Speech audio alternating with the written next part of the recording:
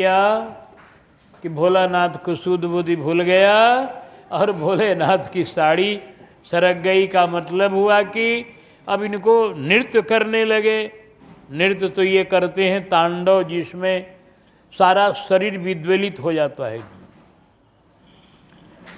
और अब जब शरीर को शुद्धि भूल गए तो मधुर नृत्य अब नहीं रह गया नारियों का।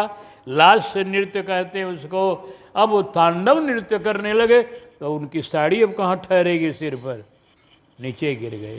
गंगा जी की धारा प्रकट हो गई। अरे वाह, ये तो भोलेनाथ। बोल श्री भोलेनाथ भगवान की जय। कन्हैया जी ने रास को विश्राम दे दिया थोड़ी देर के लिए।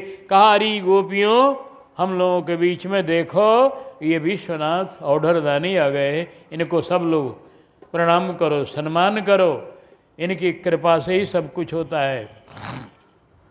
मेरी भक्ति के आचार्य हैं और मेरे भक्ति के लिए इन्होंने देखो नारी रूप धारण किया। और भगवान ने कहा, ठीक है, आप हमेशा मेरे रास में अब शामिल होते रहेंगे। आपका नाम अब गोपीश्वर होगा।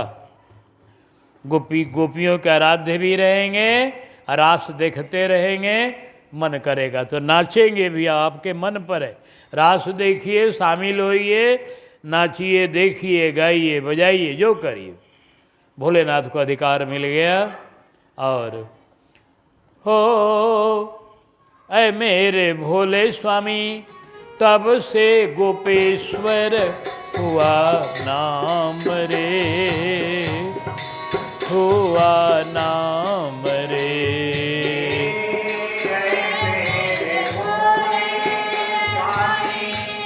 तब से गोपीश्वर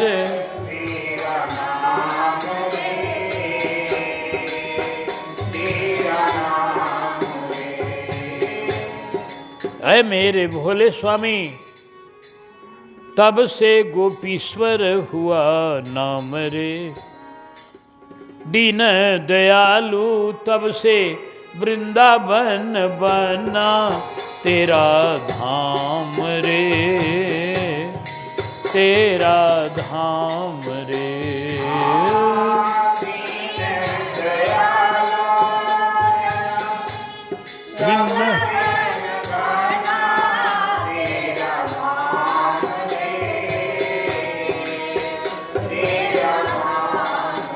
ताराचंद कहे त्रिपुरारी, सुधिलो बेगी हमारी वृंदावन आ गए।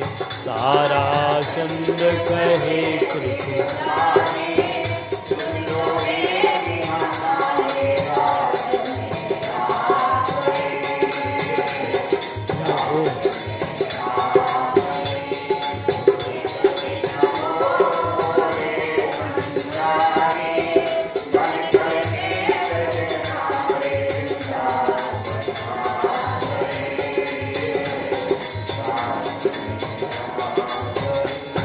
अभी आप ब्रास में आने वाले तरह तरह के लोगों का आनंद ले रहे हैं। इसी रास में आयो मदन गर्व करी मन में, हरि पर करो चढ़ाई।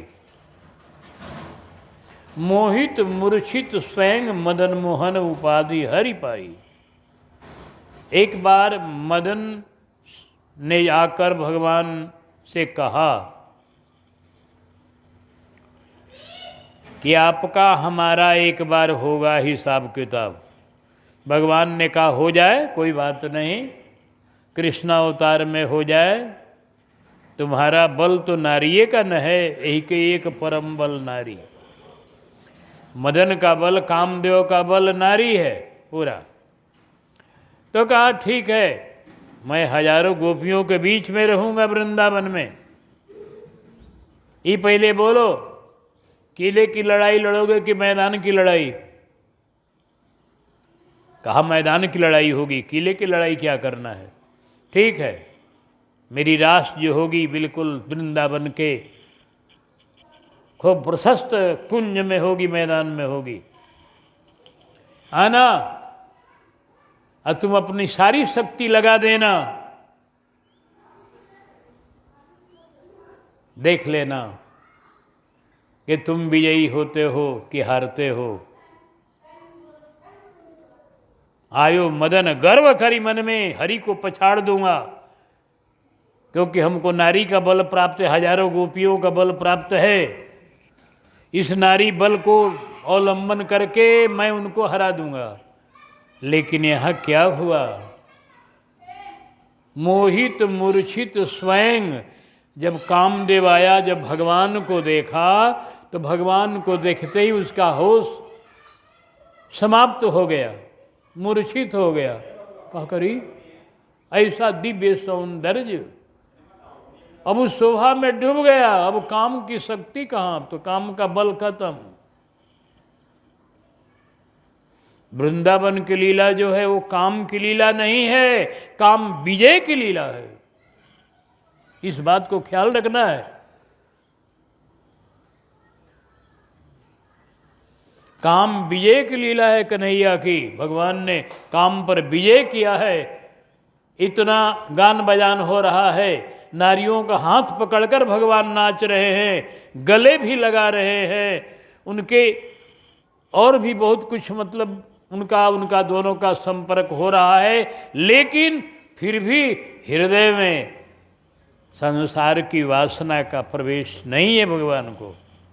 भगवान काम से दूर है, एकदम अखंड ब्रह्मचारी हैं, इन्होंने सिद्ध किया है अखंड ब्रह्मचारी।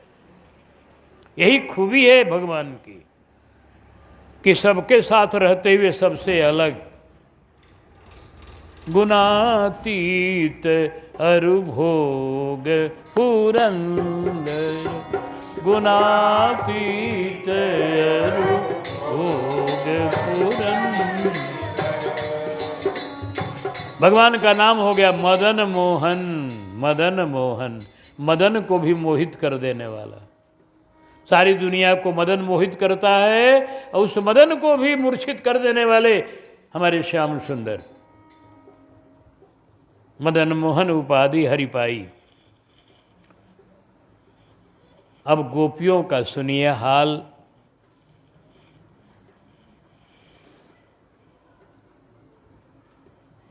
पग पायल धारण कियो कर में, गोपिया नयन महावर पग अंजन टिकुली कपोल छिपकाई, मुरलिया हरि की मधुवन में धूम मचाई। कुछ गोपी ऐसी भी थी जिनका शुभ अशुभ दोनों कर्म समाप्त हो गए थे, प्रेम के ऐसे उच्चतम शिखर पर पहुंच गई थी जो पूर्व जन्मों के बड़े बड़े ऋषि मुनि लोग इस गोपी के रूप में आए हुए हैं। तो उन लोग तो घर के तुरंत ही बंधन को छिन्न भिन्न करके अब भगवान के पास पहुंच गए। लेकिन कुछ ऐसी भी गोपियां हैं जिनके अभी पूर्व जन्मों के कुछ शुभ अशुभ कर्म हैं। ऐसे गोपियों को रोक लिया घर वालों ने, किवाड़ में बंद कर दिया, नहीं जाना है। कहाँ जा, रात को जा रही है तो कहाँ जा रही है, बंद, किवाड़ में बंद कर दिया। तो किवाड़ में बंद कर देने से क्या रुक गई ना, भगवान के पास जाने से कोई किसी को रोक नहीं सकता है। और रोकेगा, और जब वो भगवान का भक्त रहेगा पक्का, तो भगवान उसके सारे रुकावटों को दूर कर देंगे। अब वो गोपी जो बंद कर दी गई उसको बड़ी दुख हुआ, बड़ी दुख हुआ, क्योंकि बन दुख नाथ कहे बहु तेरे, भय विखाद परिताप घनेरे, लेकिन सब मिली हो ही न प्रभु वियोग लवलेश समाना, सब मिली हो ही न कृपा निधाना। किशोरी जी ने कहा कि वन का जितना कष्ट आपने सुनाया है वो सभी कष्ट मिलकर भी एक क्षण जो आपके विरह का कष्ट है उसकी बराबरी नहीं करेंगे। तो विरह का इतना कष्ट हुआ गोपी को, दुसह दुख इतना हुआ भयंकर कि सारे अशुभ कर्मों का फल दुख होता है, तो सारे दुख एक ही बार मिल गए जिनका अशुभ कर्म का फल खत्म हो गया। विरह के ताप से। और जितना अब भगवान का ध्यान आ गया मन में, कन्हैया का रूप आ गया मन में, भगवान के ध्यान में इतना आनंद है कि जो ध्यान करता है, जिसको ध्यान में भगवान, वही जानेगा, दूसरा बता क्या सकेगा उसको। बिंदु जी कुछ कुछ वर्णन करते हैं कि ध्यान घन श्याम का दीवाना बना देता है।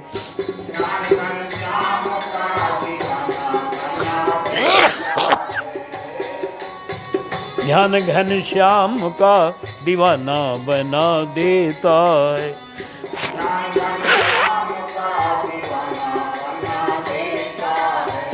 बाग दुनिया को भी वीराना बना दे, बाग दुनिया को भी वीराना बना देता है।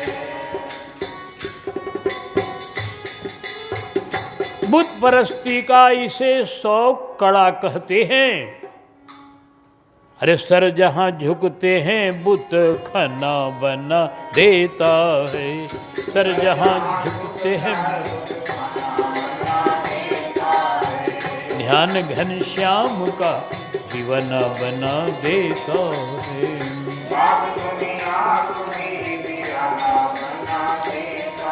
जब कन्हैया का ध्यान आ जाता है, संसार जो बाग है, बाग माने सुंदर, वह वीरान रेगिस्तान हो जाता है। बिल्कुल संसार को देखने की इच्छा नहीं होती ध्यान करने वाले को। ध्यानी आंख बंद किए रहते हैं, दुनिया की तरफ देखते नहीं। दुनिया में क्या रखा है? कुछ नहीं। बाग दुनिया को वीरान। और बिहार सांवले सरकार का मेरे मन को कभी गोकुल कभी बरसाना बना देता है। कभी गोकुल कभी बरसाना बना देता है। ध्यान घन श्याम का दीवाना बना देता है। ध्यान घन श्याम का। हे भैया, ये हृदय ही गोकुल हो जाता है जब भगवान के जन्म का लीला गाता है भगत। अब भगवान जब जन्म लेकर के चलने लगते हैं बकैया भक्त के दिल में, तो दिल गोकुल हो जाता है। और जब राधा के संग लीला करते हैं तो बरसाना हो जाता है। कभी गोकुल कभी बरसाना बना देता है। कभी गोकुल कभी बरसाना बना देता है। ध्यान घन श्याम का दीवाना बना देता है।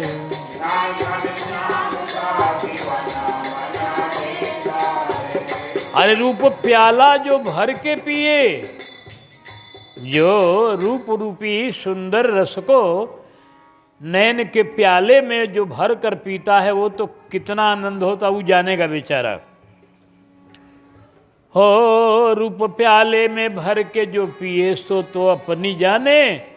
अब बिंदु जी कहते हैं मुझे तो उस रूप का एक कौन मिला है सिर्फ।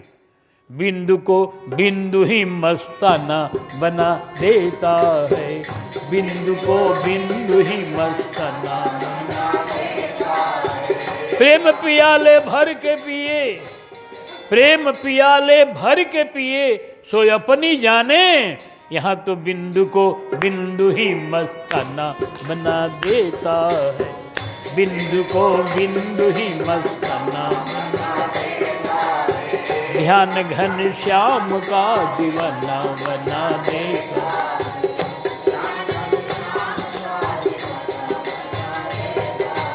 हमारे श्री ध्रुव जी ने कहा है भगवान से कि प्रभु आपके ध्यान में जो आनंद आता है वह आनंद ब्रह्मा के पद में नहीं है, शिव के पद में नहीं है, वह किसी पद पदांत की प्राप्ति में नहीं है। और अपना आत्मानंद जो जोगी को मिलता है आत्मा के अनुभव का, वह भी आनंद उस आनंद के सामने फीका है जिसको ब्रह्मानंद कहते हैं। इन्हीं विलोकत अत्यनुरागा बरवस ब्रह्म सुख ही मन त्यागा। भगवान के ध्यान के आनंद के सामने भगवान का स्पर्श का आनंद भी उस ध्यान को छुड़ा नहीं सका। भगवान आकर जगाए सुतीक्षण जी को। मुनि ही राम बहु भांति जगावा, जागन ध्यान जनित सुख पावा। ध्यान में इतना आनंद, मगर ध्यान रस दंड युग शंकर जी एकदम विभोर हो गए। जब पार्वती मैया ने कथा का प्रश्न किया, कथा में बड़ी सामर्थ्य है, यह आपको ध्यानस्थ कर देती है तुरंत।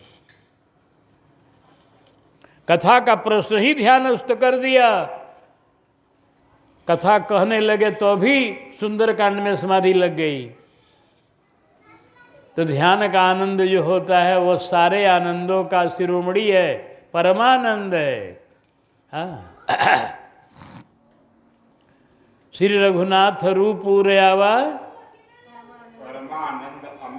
परमानंद अमित सुख पावा। वो परमानंद, जिससे बड़ा आनंद नहीं है।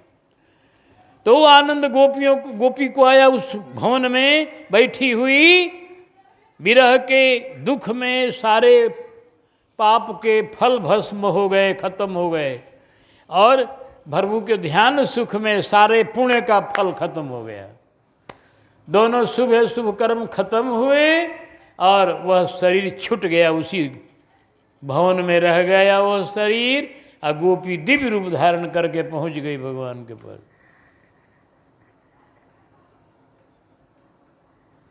कोई माना नहीं, सब गोपियां पहुंच गई।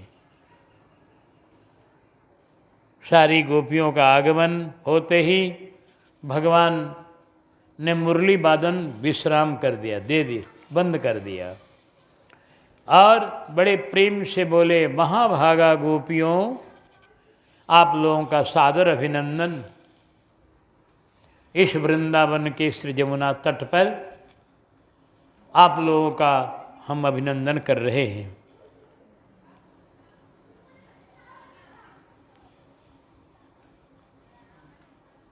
लेकिन बड़ी आश्चर्य है, इस रात्रि की वेला में आप लोग कैसे आ गई? देखो इनकी लीला। अपने बंसी के वादन करके बुलाए हैं, आ कह रहे कैसे आ गई? ये तो कौतुकी है ही, क्या करिएगा। नटनागर है, नटखट है। हाँ, गुरु जी ने इसी बात पर तो कहा है भी बांके बिहारी जी से कि अवसरनिया में कही कही बोलवला, अवसरनिया ऐली जब नियरात अंगूठा देखवला, ऐली जब नियरात आहे सुनही पर लागल बड़ गरिया बिहारी जी, कबले ब हमरी खबरिया। सुनही पर लागल बड़ गरिया बिहारी जी, अरे कबले ब हमरी खबरिया बिहारी।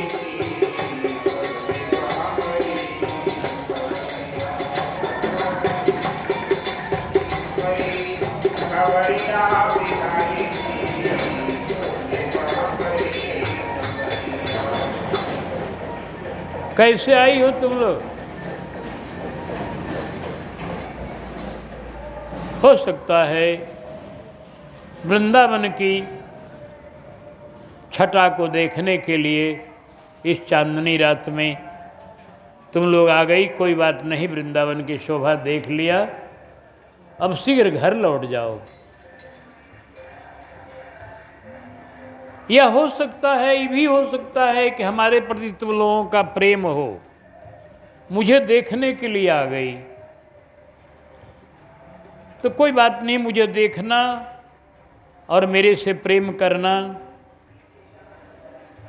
ये भी कोई भूल नहीं है। मेरे प्रति सब प्रेम करते हैं, तुम लोगों ने भी किया है।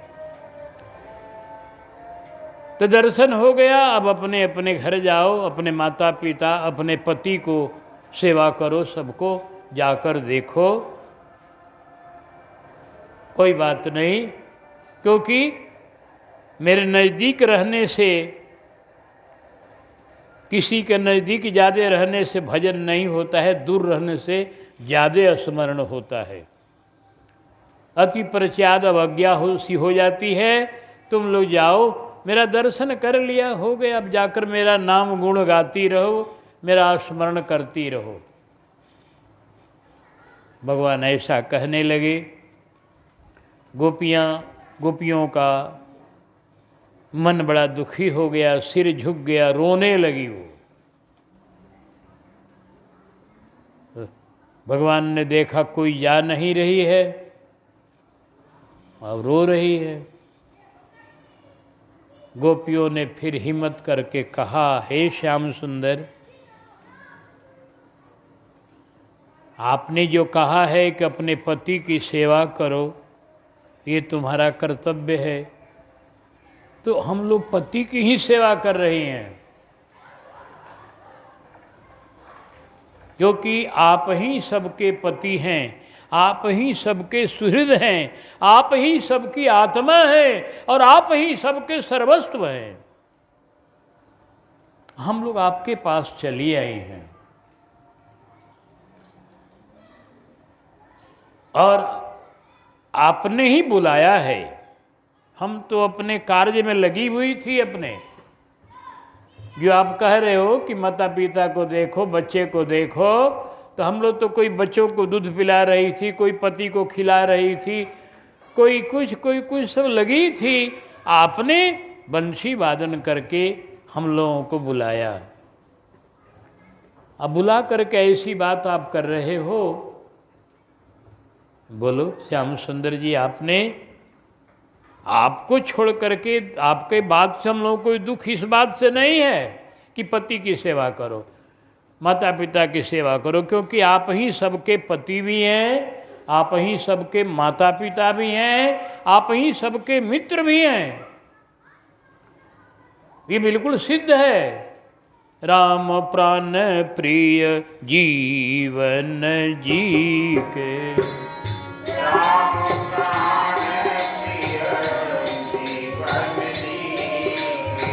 स्वार्थ रहित सखा सब ही के।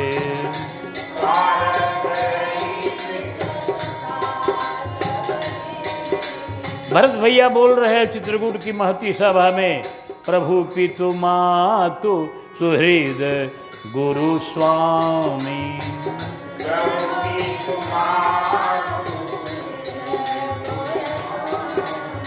पूज्य परम हित अंतर जामी,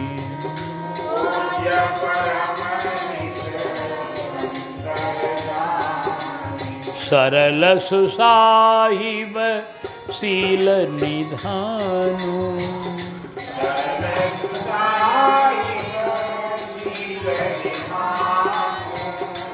प्रणत पाल सर्वज्ञ सुजानु।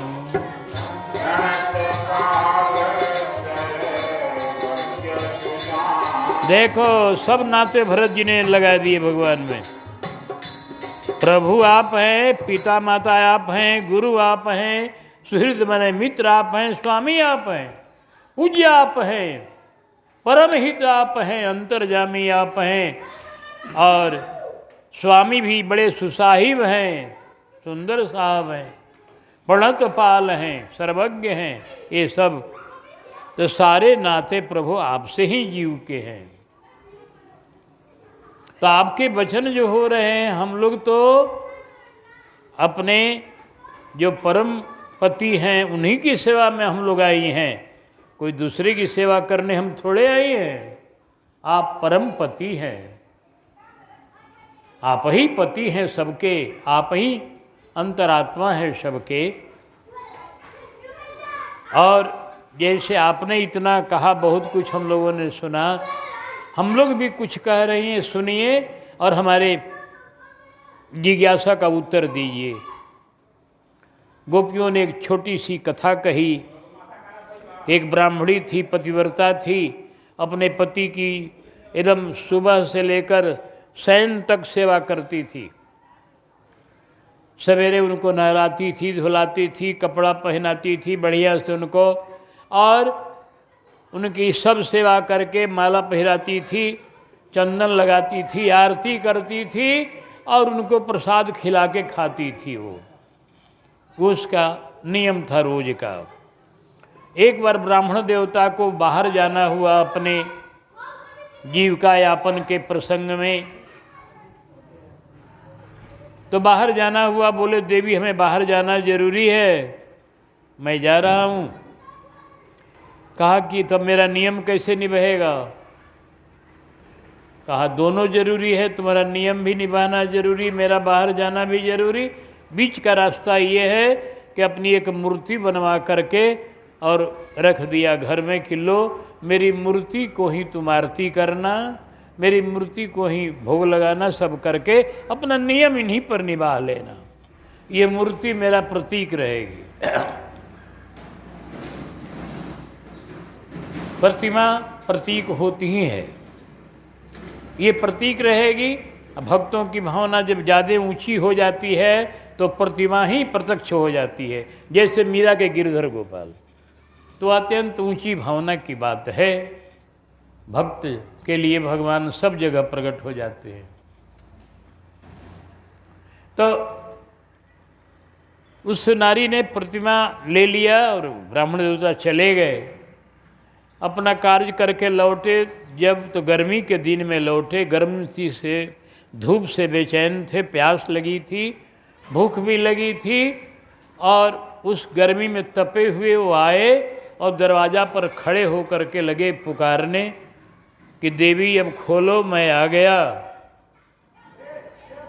और उस समय वो नारी किवाड़ बंद करके अपने प्रतिमा पति को, पंखा झल रही थी गर्मी में, अब आप हम लोगों को ये उत्तर दीजिए कि वह पंखा झले कि केवाड़ी खोले, क्योंकि दोनों बाहर भी पति हैं, भीतर भी पति हैं।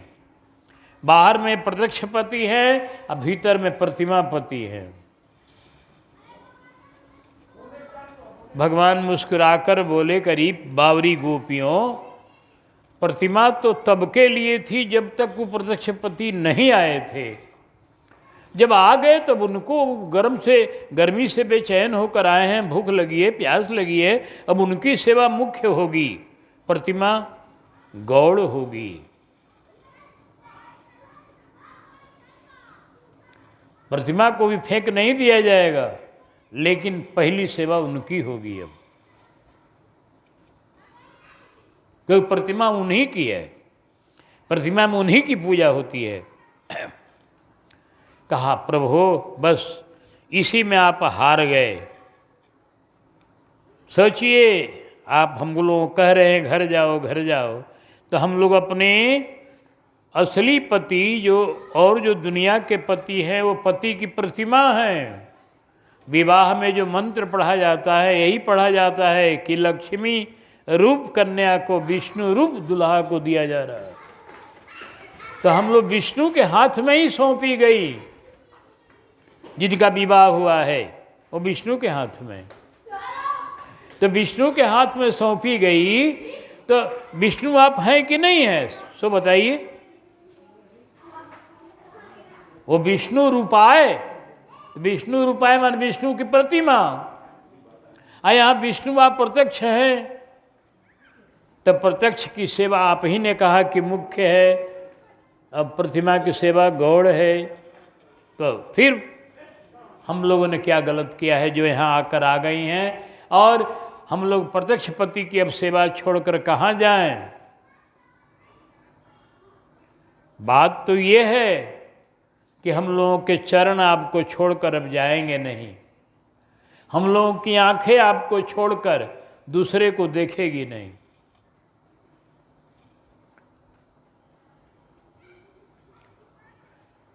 आपने ये सब जानते हुए कैसे कहा कि जाओ?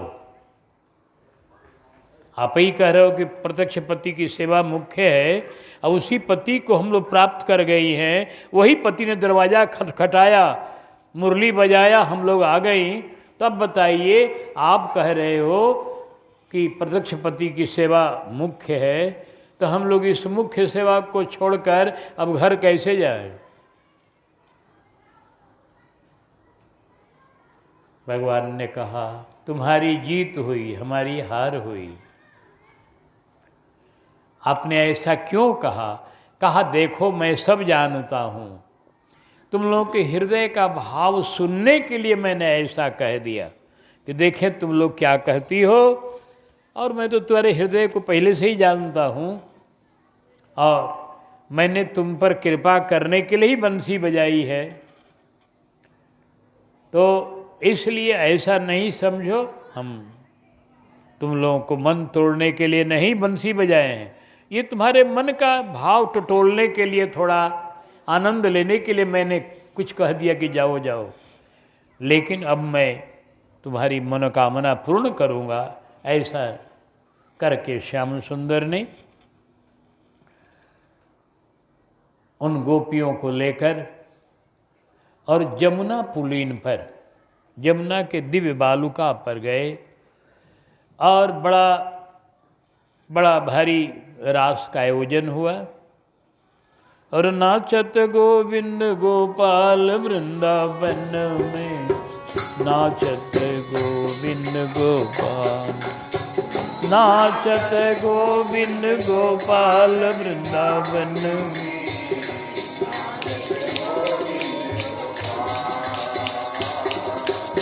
मोहन बजावत मुख पर मुरलिया, मोहन बजावत, मोहन बजावत मुख पर मुरलिया, मोहन बजावत, गोपी बजावे कर ताल वृंदावन में, नाचत गोविंद गोपाल।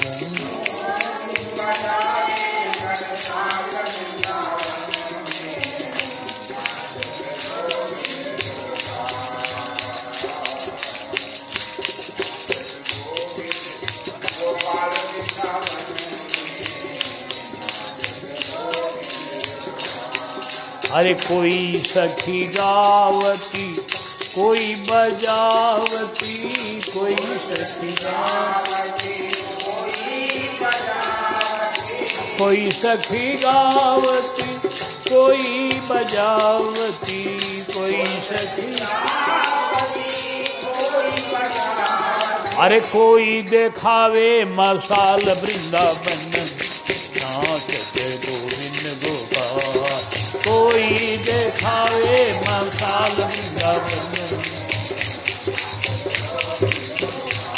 अरे नाचत गोविंद गोपाल वृंदावन।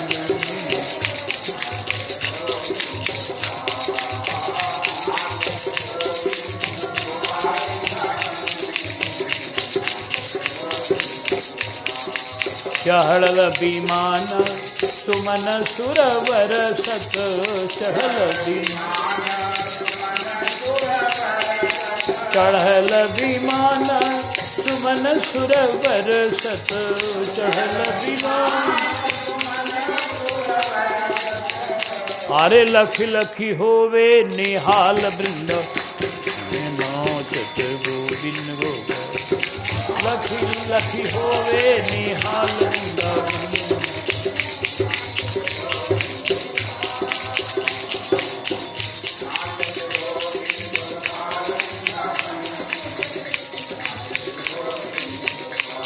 अरे नाचत गोविंद गोपाल, टेढ़े टिपारे करारे किरीट, माथा पे पाग के धारी की जय जय, कुंडल जाय कपोलन पे मुस्काय के धीर, रासेश्वरी रासेश्वरी दिन रात रटे, यही मोहन की बनवारी की जय जय। प्रेम से बोलो जी, बोलत डोलो जी, जय जय। अरे नाचत गोविंद गोपाल वृंदावन, नाचत गोविंद गोपाल।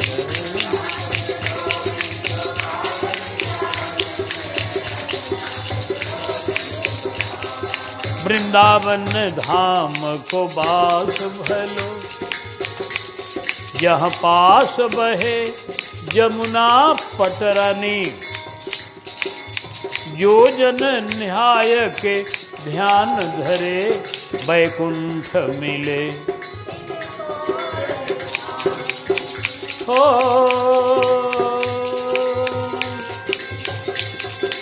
वेद पुराण बखान करे, अरु संत मुनि नहु के मन मानी, यमुना यमदूतन तारत है, भव तारत है श्री। आहे नाचत गोविंद गोपाल, नाचत गोविंद गोपाल, नाचत गोविंद।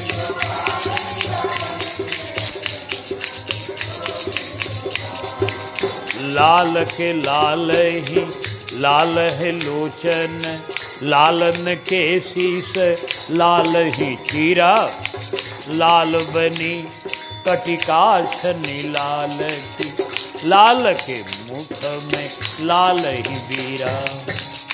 हाँ लाल ही बागो बने अति सुंदर, लाल खड़े यमुना जी के तीरा।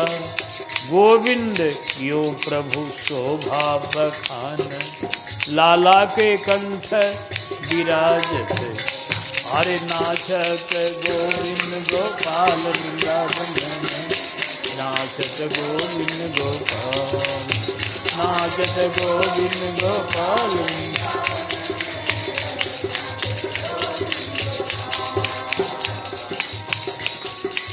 ओ सर मोर मुकुट कानन कुंडल, उर पै बनमाल विराजती है, कर में मुरली अधरा मुस्कानी, तरंग महाछवि रस खानी लखे।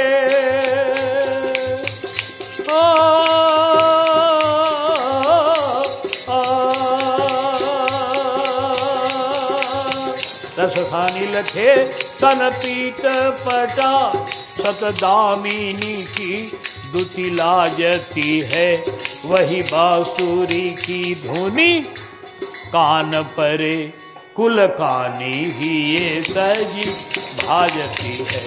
अरे नाचती गोविंद गोपाल वृंदावन में, नाचत गोविंद गोपाल, नाचत।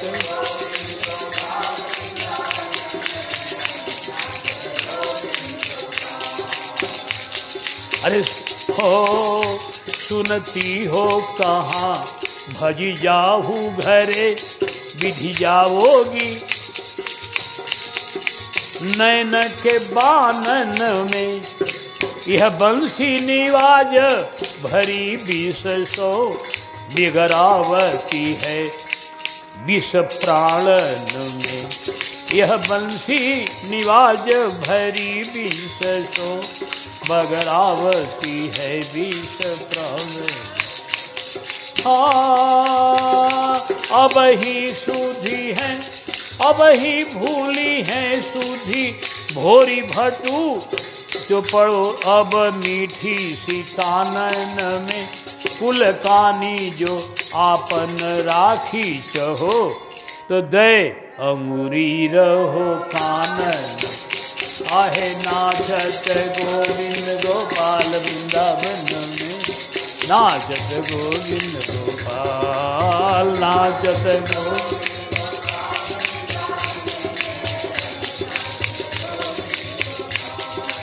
नाचत गोविंद गोपाल वृंदावन में, नाचत गोविंद गोपाल। गोविंद गोपाल राधे श्याम श्यामा श्याम। गोपी कृष्ण की बड़ी मनभावनी लीला का दिव्य दृश्य आप देख रहे हैं, और इसी मनभावनी मनोहर लीला के रस में आज का सत्संग विश्राम हो रहा है। आगे की भगवान का अंतर्ध्यान होना। अब फिर इसके बाद गोपियों का विरह, फिर भगवान का प्रकट होना, फिर उनकी महारास की सुंदर लीला होनी। अब ये सब बातें कल आप सुनेंगे। बोल भक्तवत्सल भगवान की जय। सीताराम।